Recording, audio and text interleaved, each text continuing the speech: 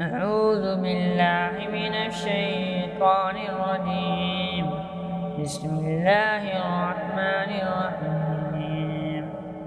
الرحمن علم القرآن خلق الإنسان علمه البيان. الشمس والقمر بحسبان والنجم والشجر يسجدان والسماء رفعها ووضع الميزان ألا تطغوا في الميزان وأقيموا الوزن بالقسط ولا تخسروا الميزان والأرض وضعها للأنام فيها فاكهة والنخل ذات الأكمام والحب ذو العطف والريحان فبأي آلاء ربكما تكذبان خلق الإنسان من صلصال كالفخار وخلق الجان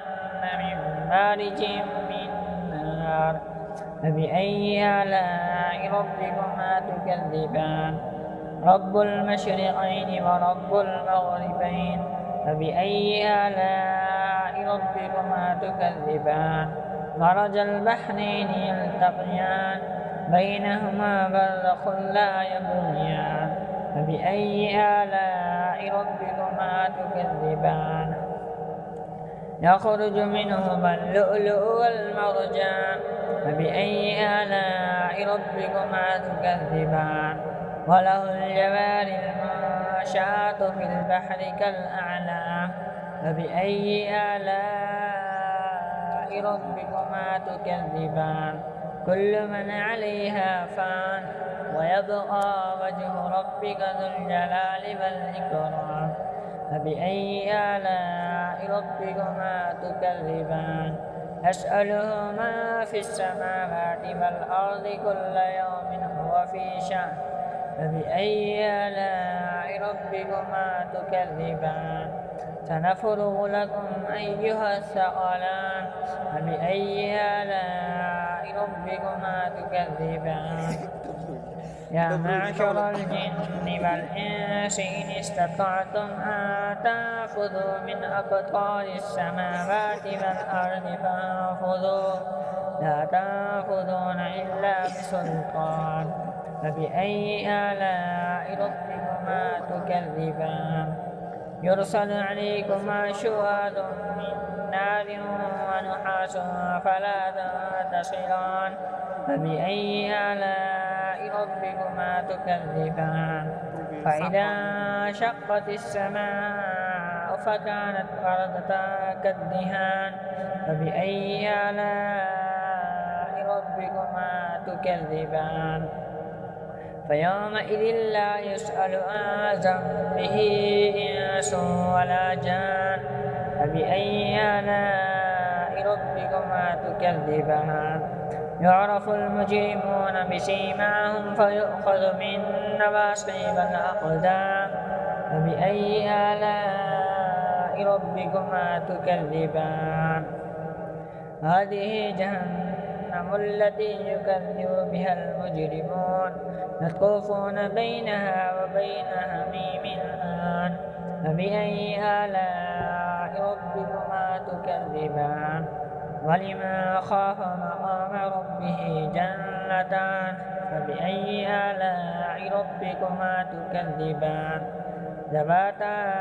أفنان فبأي آلاء ربكما تكذبان فيهما عينان تجريان فبأي آلاء ربكما تكذبان فيهما من كل فاكهة زوجان فبأي آلاء ربكما تكذبان متكئين على فرش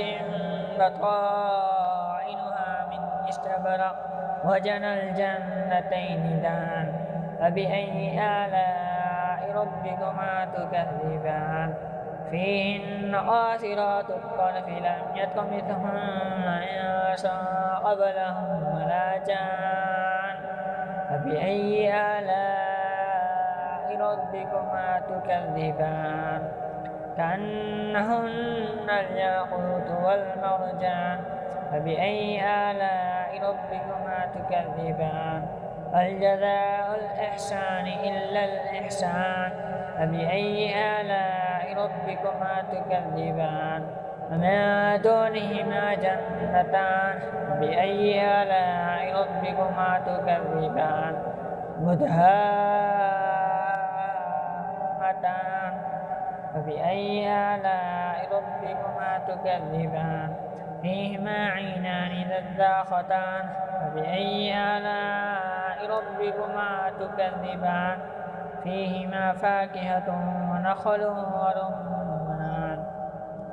فبأي آلاء ربكما تكذبان فيهن خيرات حسان فبأي آلاء ربكما تكذبان